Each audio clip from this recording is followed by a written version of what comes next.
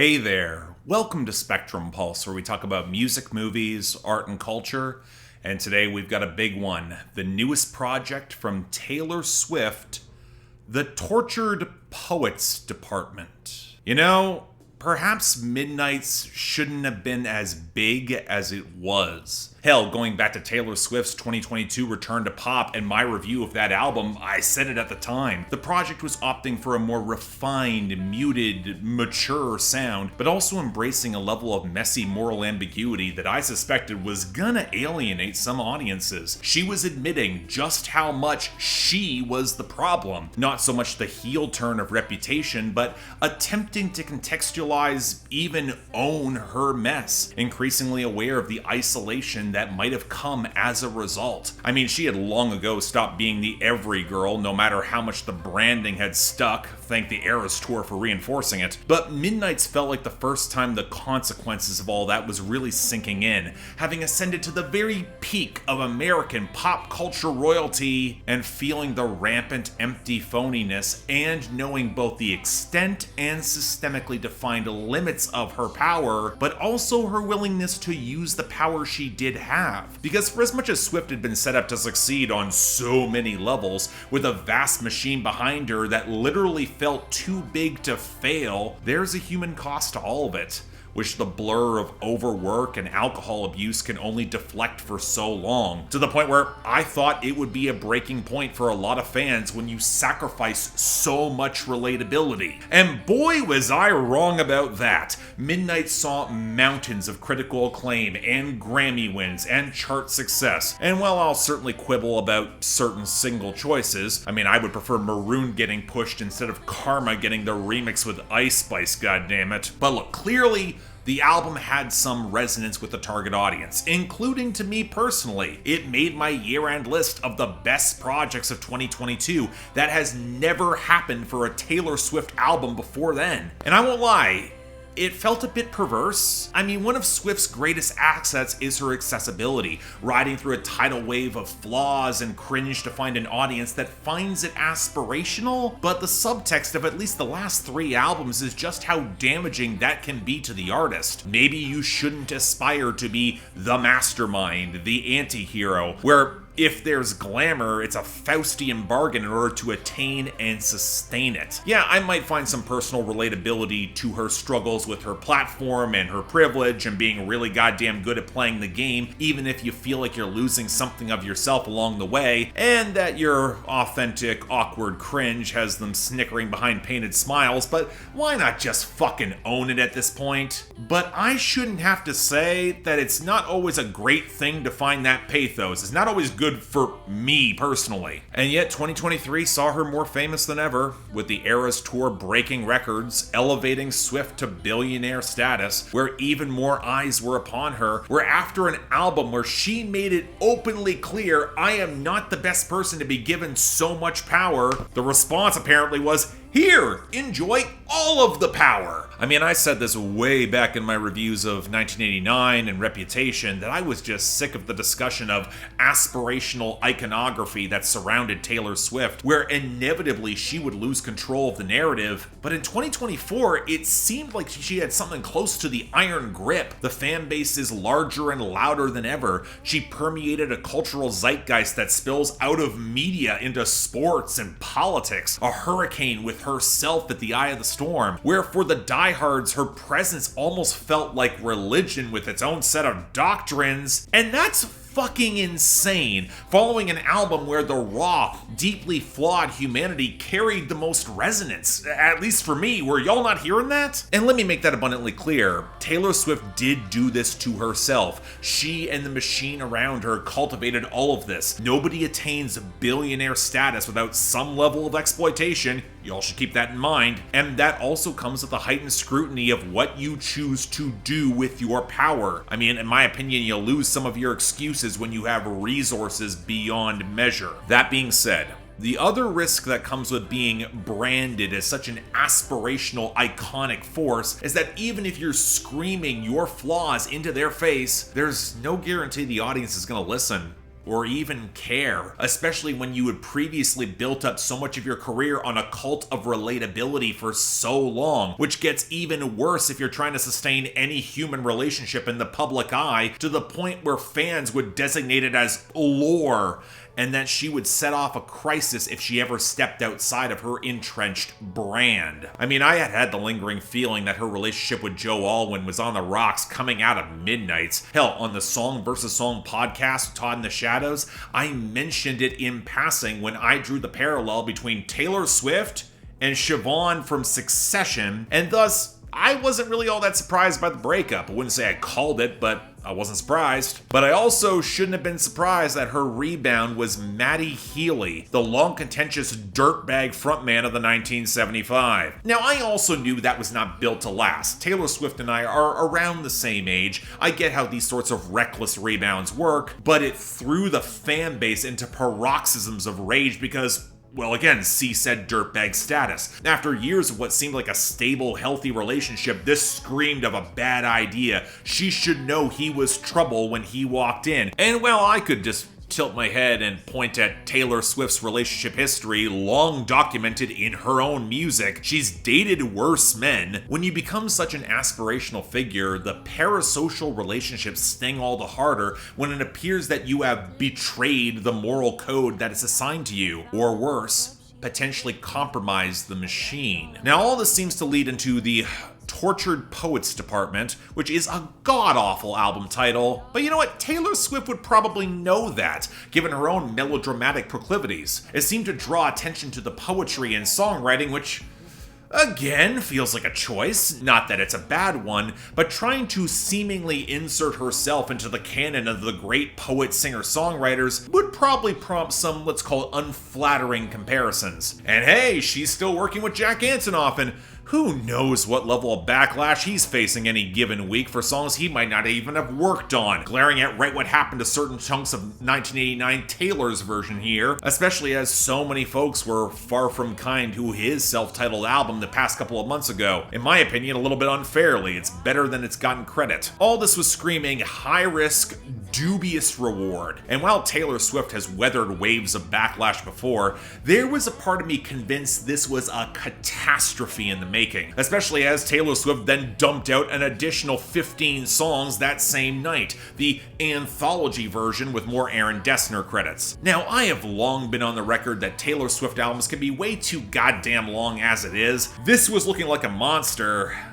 So, okay, what did we get? Oh boy. Alright, I will start with this. It may not be Taylor Swift's best or worst album, but it is certainly her most album, where everything that makes a modern Taylor Swift project is escalated to a point where this will absolutely be a make or break moment, where even for those who have bought in over the past couple of years, and I thought all this even before we got to the Anthology piece tacked on later, which I will discuss somewhat. We'll get to that. On some level, it almost feels like a dare or an endurance test. Just how much Taylor Swift you can stomach being peak Taylor Swift before you get sick of her pushing every button of which she knows she's been hated, fairly or otherwise. And yeah, in certain areas, it absolutely has worked. Where outside of the mainstream press, which is fawning as always, this has been review bombed into the toilet with some of the most shockingly disingenuous arguments around the project I have seen in a while, and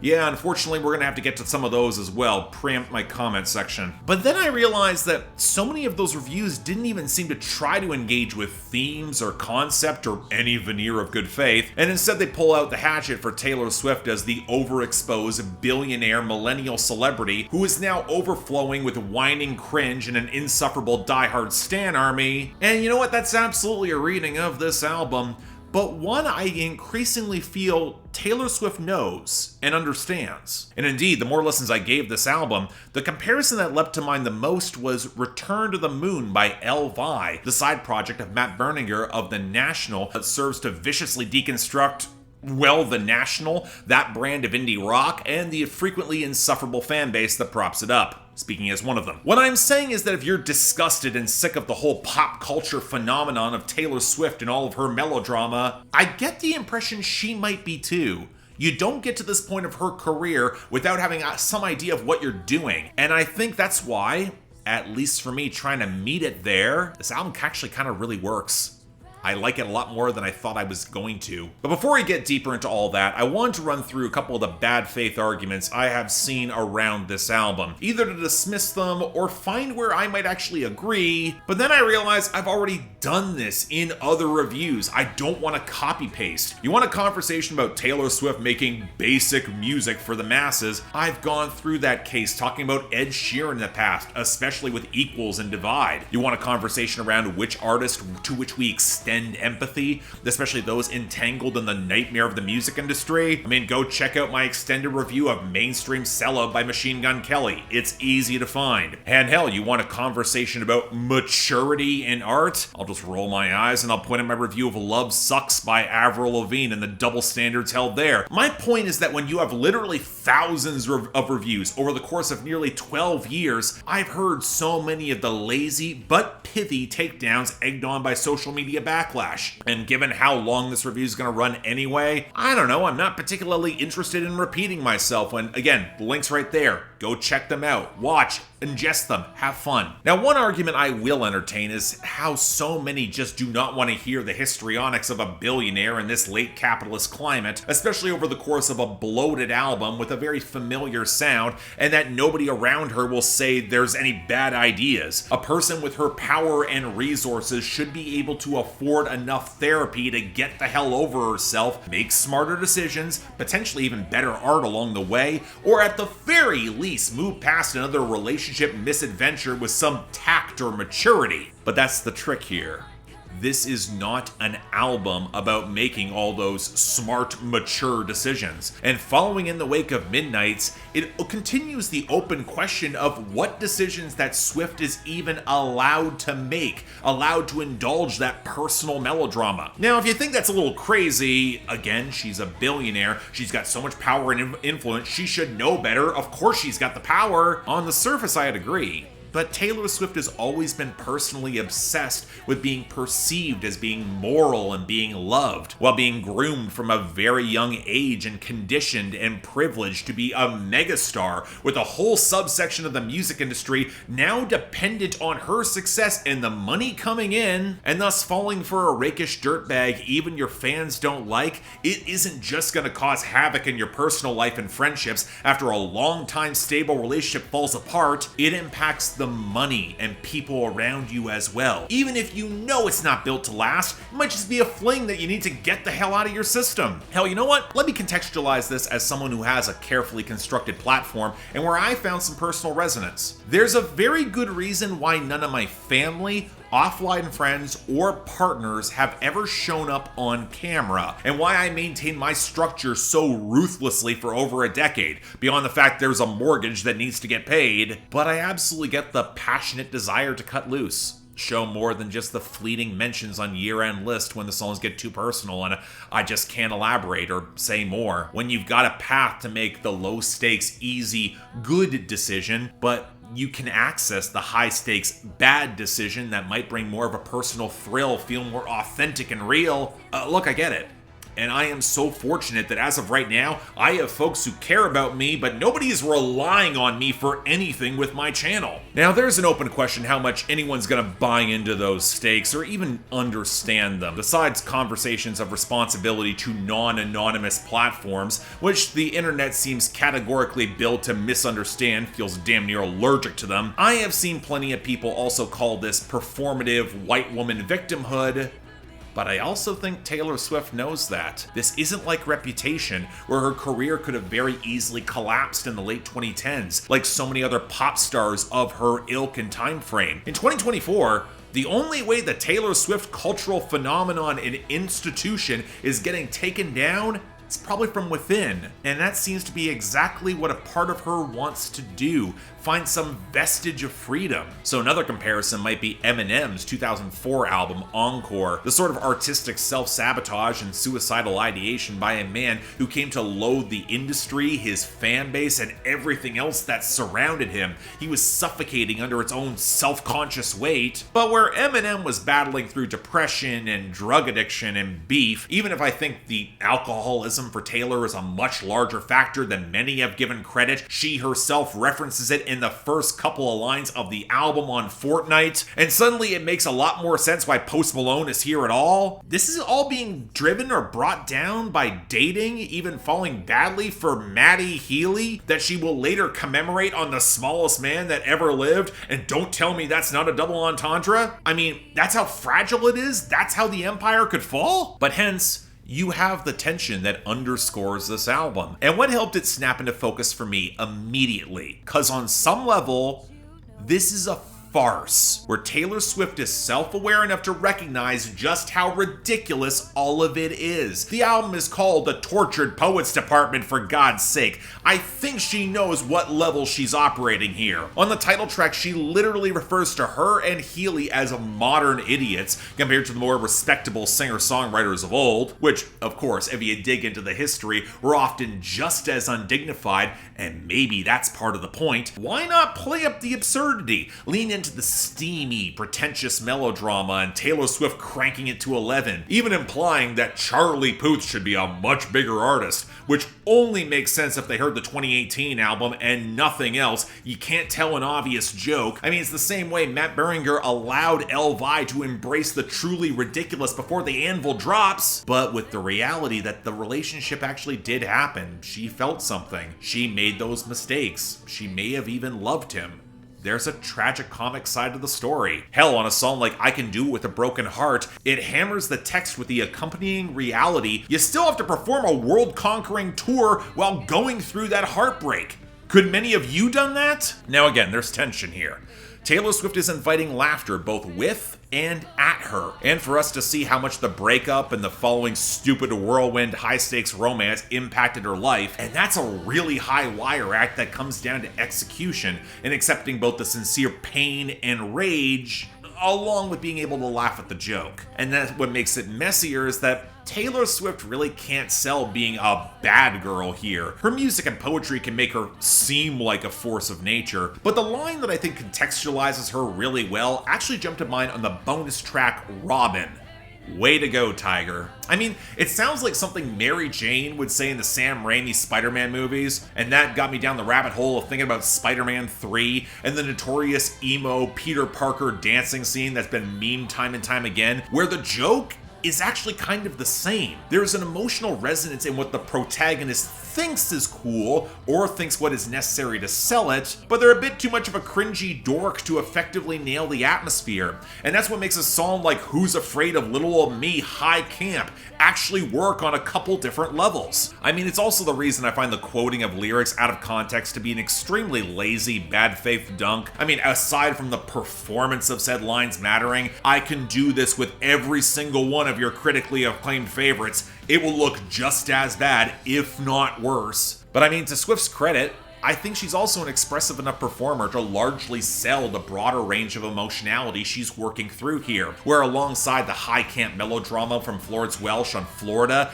it makes all the sense in the world, as well as a singer who can actually match her in volume and presence, and I think they have really good chemistry. But the production might be a tougher sell. Part of me wonders that if this album would have been better suited for something a little bit more elaborate, over the top, with a palette like from a Baroque pop act like The Last Dinner Party. But, if anything, the sharper juxtaposition that's provided between Jack Antonoff and Aaron Dessner's willowy synths and guitars and grooves to Taylor Swift's tortured poetry, it might actually work to her favor, amplifies that juxtaposition and even some of the comedy. It puts me in mind of every moment where she's bucking against good taste, slamming her raw melodrama into the scenes where, again, she knows she should be better, which kind of reminds me of the human reality that shows up on a lot of shows that are semi-comedic, like Succession. Even Frasier. Hell, I could be onto something here. Both those shows focus on the language of privilege and the upper class, where you might find pathos in the performance of the characters of the story, but can recognize in the language how astoundingly full of shit everyone is. And yet you still care, despite every inclination that you shouldn't. Taylor might not scream, "I'm the eldest boy," but look at her writing within that sad context of a song like Who's Afraid of Little Old Me? Suddenly it fits, makes a little bit more sense. And then once you slip into that mindset that's probably closer to Father John Misty than Lana Del Rey, this album becomes a little bit easier to enjoy, maybe even still find that degree of pathos. At least I did. Because guess what? Being largely self-serious, occasionally I can be a little full of shit too. But then again, a lot of this is about execution. Succession knew how to end and walk away. Frasier ran way too long, but also could feel self-contained and episodic. And it's worthwhile highlighting in both cases, I know people who ditched the shows when the flaunted privilege hit too close to home, or just felt too insufferable, which is valid too, especially in modern times. And it leads to the stream trolling approach and the biggest pitfall of this album. Taylor Swift is in dire need of an editor or someone to tell her no.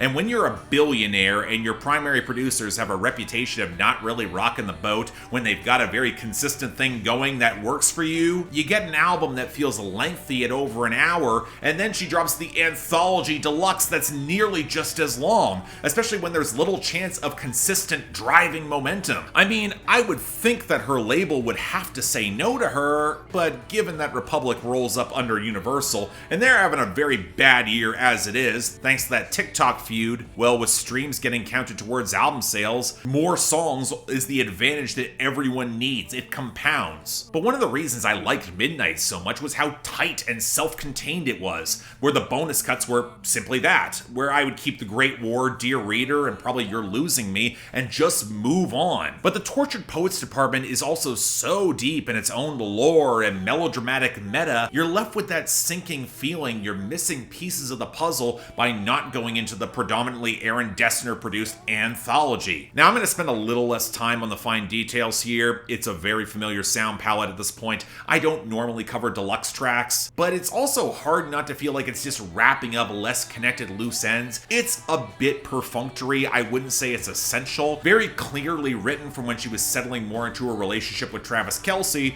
and the tempestuous weight and the emotional traction of the last romances had faded. And this is where I actually buck popular opinion and say I think I might prefer the Antonoff tracks to Dessner's here as a whole. Soft focus, elegant polish paired with writing that's got a little bit more grace, but is still full of Taylor Swift's awkward idiosyncrasies. It not only runs together more, it leaves the scenes feeling a little tepid, a little oversold, with the exception of course being So High School, which is probably the closest to rock that Taylor Swift has gotten in years and is very obviously about Travis Kelce and her then living out the fantasy of being with the high school jock. I mean, it's kind of ridiculous when you're in your 30s again, but if you think Swift isn't in on some of the jokes here, especially with that Grand Theft Auto line, the jokes might be on you. And hell, a lot of people haven't gotten over shit that they have in high school. That's very common too. But again, when you notice songs like Peter, I Hate It Here, and Robin, there is an aching for a certain childhood freedom that Swift is realizing that she never really had, and what the cost of that has probably been, which plays out in the heartbreaking open question on the Manuscript, which alongside Dear Reader, I would add to the list of bonus closing tracks that probably could have made the main album. But tracks that can lean into the wistful abstraction, they function really well. Albatross is great, and knowing how much her reputation precedes her, it's not exactly good anymore. The haunted Cassandra fleshes out the old Greek myth to feel like the spiritual successor to Madwoman, and the Bolter, it's a playful warning to Travis Kelce that all this might just play out again. It might just be in her nature. But circling back to the main album and a lot of the production here, once again, the Jack Antonoff backlash is in full swing. And while I might have understood it a little more for Midnight's, given how subdued that project is, it was very carefully cultivating a specific atmosphere. When I hear the critique that all of his production is so boring and sounds the same this time, I'm tilting my head sideways, because this is easily some of the most wild bombast he's given to Taylor Swift since 1989. But I don't think it's going to quell anyone who wants Antonoff gone at all costs. They're just sick of his sound in pop music. His atmospheric minimalism is not for everyone. It's a little overexposed in mainstream pop. It certainly feels like an instrumental formula that's not built to challenge Taylor Swift outside of her comfort zone. Even if I would argue, on this album in particular, the sonic juxtaposition that's trying to be good taste paced with the content that's not actually kind of works once you're in on it. It starts off a little slower than I would prefer. Fortnight feels like an overture more than a proper intro. The gauzy title track, it's a bit more effective, and yet it's kind of a shame that the toy metaphor on My Boy Only Breaks His Favorite Toys feels way too overworked to play off that sharper synth menace. Probably the weakest song on at least the main disc.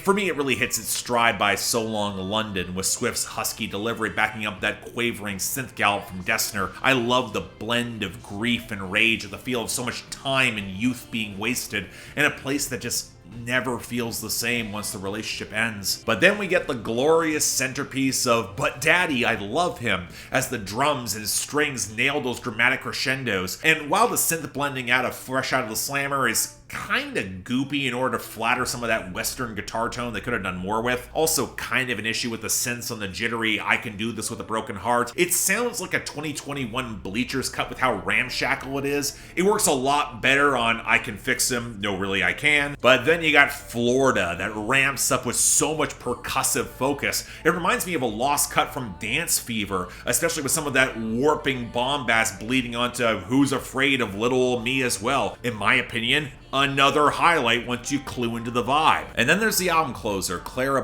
which is rooted in that deeper guitar line from Dessner as the strings ache up behind her. Feels almost cyclical in its progression, and we'll come back to what that ultimately means. Hell, Guilty as Sin feels like the sort of synth-touched guitar pop song it could have fit as a deep cut on Red, especially with that hook. And it leaves me wondering, with all the backlash towards Antonov, what the hell folks even want? Because I also know if I ask who should replace Jack Antonoff or Aaron Dessner, you're not going to get a consistent answer from any fan. Because let's be real, I don't think Max Martin's an easy answer anymore after Eternal Sunshine by Ariana Grande. And if you get Dan Nigro, the Olivia comparisons will only get louder. I mean, my suspicion is that when the Travis Kelce relationship ends, sorry Travis, odds are against you. You already got 3 Super Bowls, your Canton legacy is fine. There's gonna be probably a sonic shift to something that better matches the temperament of that relationship ultimately failing. Maybe it's gonna be more rock leaning, so if So High School means anything, it's not the only reference to that era of 2000s on the album. Actually kind of fascinating if Swift is looking back at that and wanting to bring it back. But you know what? That's the thing now, isn't it? I don't think the fan base knows what they want. If you ask 100 Swifties what the sound of Taylor Swift should be going forward,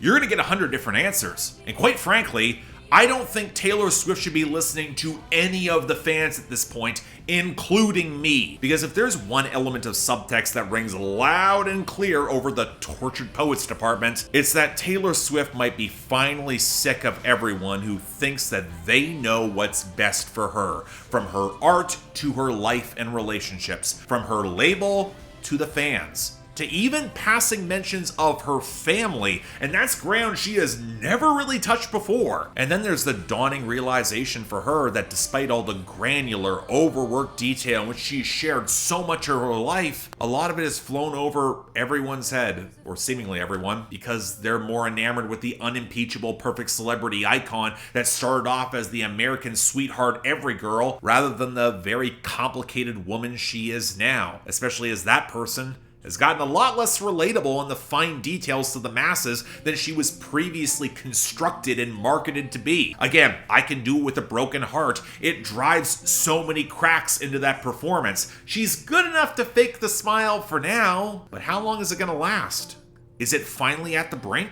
And it's telling that the fan base has actually picked up on some of the venom that Swift is now showing for those who have claimed so much ownership over her art and her life. Which is why you're seeing on social media calls of betrayal, more animosity towards her than you have seen in years, thanks to songs like But Daddy I Love Him and Guilty as Sin, and especially the stalking rage of Who's Afraid of Little Old Me. And yes, some of this is absolutely Taylor Swift reaping what she sowed, but there's also a level of degree in the conversation that feels like it's reached a cartoonish extreme, and why on some level, I get why Swift's writing in this territory is so extreme, so melodramatic. Just having the platform I have and facing, harassment, backlash campaigns that have reached major news outlets, hacking attempts, stalkers both on and offline, at a fraction of a percentage of what Swift faces daily, I don't know, I got empathy for what that might do to someone, and I share way fewer personal stories than she does. And again, she's monetized that to untold fame and fortune, that's obvious. But it's also the extreme of what happens when you share so much of the world in your art. As she mentions in the final lines of the manuscript, it feels like it's no longer hers.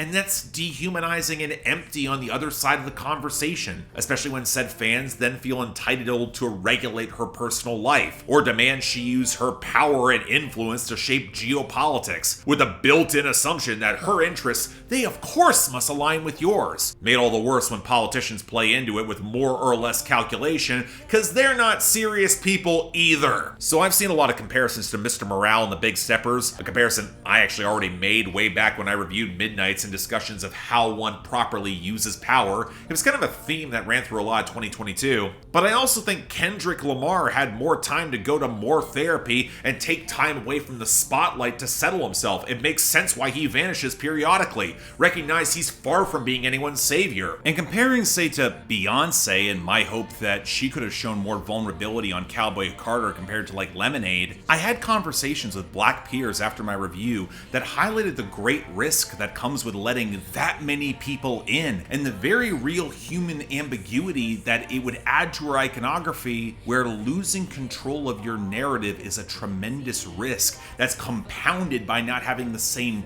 privilege. You're watching Taylor Swift struggle to pay the price of that complicated ambiguity, and the audience that's a lot less receptive to it, even if she desperately wishes they could be. But that takes us to a more interesting question. For all this labor, what the hell is Taylor Swift trying to say through all the tortured poetry? Well, in my opinion, a decent bit. Part of it just feels like a project that Swift desperately had to get out of her system in order to process everything. When you're a workaholic, you tend to think you can just work through all of it, especially bad relationships. And by the time we get to the Alchemy, which is the main project's love story for Kelsey, she might think she got there. But I also think there's a deeper through line that's heavily implied across the album, but most revealed in the Anthology. The increasingly stark limit of Taylor Swift writing autobiography. I mean, let's face it, Swift has spent her career trying to spin gold out of relationship stories, and by the time you've reached outright farce with an audience that's no longer seems to be getting any of the jokes, might be time to move away from it. Or hell, to make the Elvi parallel again, when you're now playing the loudest voice in the room and you might be convinced of your own self-righteousness, eventually it's gonna bite you in the ass. You're only going to figure that out when it's too late to change things. The Anthology songs seem to get to more of it. By necessity, they're less commercial, they're more abstract. They feel a bit more centered in who she is now, who she's with, and the deeper questions she's trying to ponder. It's why I think the deeper message of Thank You, aIMee is kind of being missed through all the paparazzi and media frenzy of mentioning Kim Kardashian between the lines, because it's actually a song about moving past their beef, learning from it. Might be a little bit condescending, but there is growth there. And hell, it leaves me with the thought that if the relationship with Travis Kelce has any longevity, and it might, we might get a folklore-esque return for her writing more fiction. I think that'd be good for Taylor Swift to keep growing and maturing as a writer. I mean, either that or actually take a proper break like I hope she would after Evermore, instead of re-recording 4 albums and releasing 2 more in the course of only a few years. But Clara Bow, as the main album closer, is very revealing of Swift again looking bigger and why she might not have stopped. Not just placing herself in the context of women in art who struggle with mental health and tumultuous love lives, but also the reality of how the industry constantly lies to prop them up in their confidence in the moment, so long as they can be controlled, that they conform, that they make money, or until they've got the next one waiting in the wings, where Taylor Swift sees her own name get dropped for a new artist that actually has an edge. And I find that observation interesting and more than a little tragic. Because while on some level it might be true, there's also so many songs over the course of years where Taylor Swift has tried to show that darker, messier, more mature side of herself, and it just gets ignored. Because it's not what the world has decided you are, and it gets uglier the further you stray. And because you are too big to fail, there's no easy way to crash out. It's the stark flip side to Mastermind. Where on the one hand, Taylor Swift's feminine wiles and intellect helped her ascend to that peak, maybe find someone on her level, whereas here she sees the stark, messy limitations of her power, where men are often given a much greater runway in both the public eye and the industry. And if that's true for her at the very top, what does that imply for everyone else? Maybe she just keeps on working because she's aware of what happens, what the industry will do if she stops. You know, one thing I'm very grateful for in 2017 was that I didn't so much pull my punches with Reputation, but I acknowledged we were all way too close to the mess to get the clear picture. Taylor Swift herself included. It was the first time tangible metatext about Swift herself became embedded in the text, where for a lot of people, that was the jump-off point. They were convinced Taylor Swift was over. They don't care for that style of writing. When your art starts becoming circular about your presence in your art, it's an Ouroboros, a snake eating its own tail. And those who are just looking to be entertained with the bangers, David Mamet style, that sort of art becomes the most tedious and insufferable thing imaginable. I absolutely get why people hate albums like that, especially if they just want to be entertained. I later called Midnight's as Reputation done right, but the Tortured Poets Department is the real sequel, coming as what I hope as a more stable relationship blooms for her. It's way bigger, it's way messier. It also seems like the next major break point of popularity. Less I've changed and this is my heel turn as no, this is me.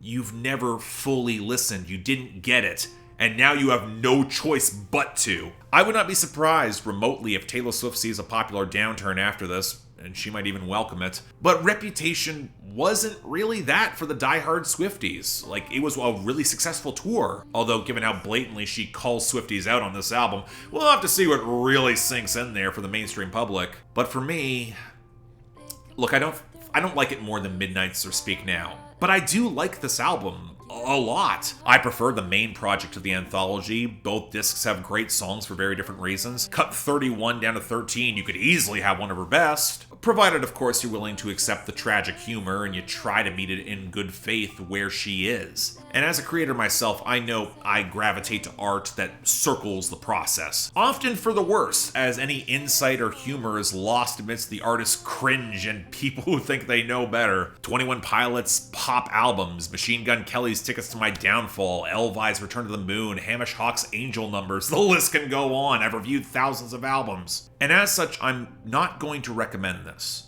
Half because it's pointless. Taylor Swift is the biggest artist in the world. You've already made up your mind if you're going to listen to it or not. Nothing I say is going to change that. But half because I also know my taste here is idiosyncratic, and I've got a different slant on this project than the majority, both positive and negative. The pieces I relate to are not what the average audience does, and that shapes it in a different way. That said, if you approach this project with framing that allows for greater layers and not just simply assume it at face value, or at least pretend that you understand melodrama, I don't know, you might be surprised.